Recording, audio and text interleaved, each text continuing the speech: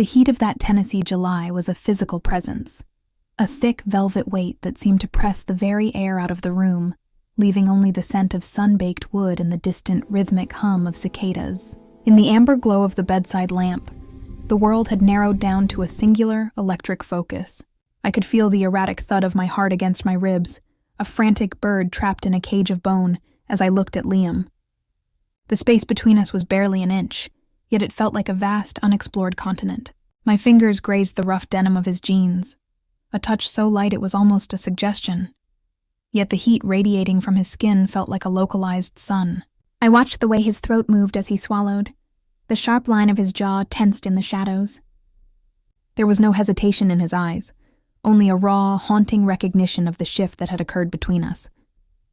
It was a moment suspended in amber, a transition from the shared innocence of our youth to a sophisticated, undeniable gravity that pulled us together. That single, lingering touch on his leg was the silent collapse of 1,000 boundaries, a smooth surrender to a chemistry that had been simmering beneath the surface of our lives for years, waiting for the silence of this house to finally let it speak.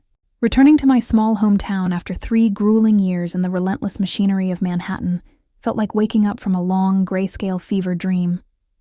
NYU had been a whirlwind of cold concrete, neon lights, and the crushing, anonymous pressure of a pre-law track that had slowly hollowed me out. I had become a master of the city persona, polished, detached, and perpetually hurried. But as the bus rattled down the familiar, winding gravel roads of our county, the skyscrapers of my memory began to crumble, replaced by the sprawling green of tobacco fields and the sagging, nostalgic silhouettes of old barns. I hadn't told anyone I was coming home early.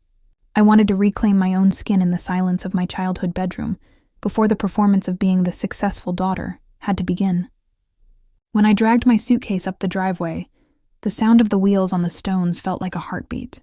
The house was exactly as I had left it. The peeling white paint on the porch swing, the overgrown jasmine. But the person who opened the front door was a jarring departure from the memory I carried. Liam, who had always been the lanky, perpetually messy kid who followed me through the woods like a loyal shadow, was gone. In his place stood a man who seemed to command the very air in the foyer. He had grown several inches, his shoulders broadening into a rugged, masculine frame that spoke of a life spent working the land while I had been buried in textbooks. But it was his gaze that stopped me. It was no longer the playful, wide-eyed look of a younger brother. It was deep, observant, and carried a weight of quiet maturity that made my breath catch in my throat. "Kate," he said, and my name sounded like a low, resonant chord on a cello. The 3-year age gap, which had once felt like a canyon when we were kids, had suddenly, inexplicably, vanished. The first week was a delicate dance of rediscovery. We sat through the boisterous family dinners, laughing at my father's well-worn stories, and helping my mother in the garden. But beneath the surface, a new current was pulling at us. I found myself hyper-aware of him in a way that felt both foreign and inevitable. I noticed the way his sleeves were rolled up to his elbows, revealing the corded muscle of his forearms. The way he seemed to intuitively know when the city-bred anxiety was clawing at me, offering a quiet look or a glass of iced tea without a word.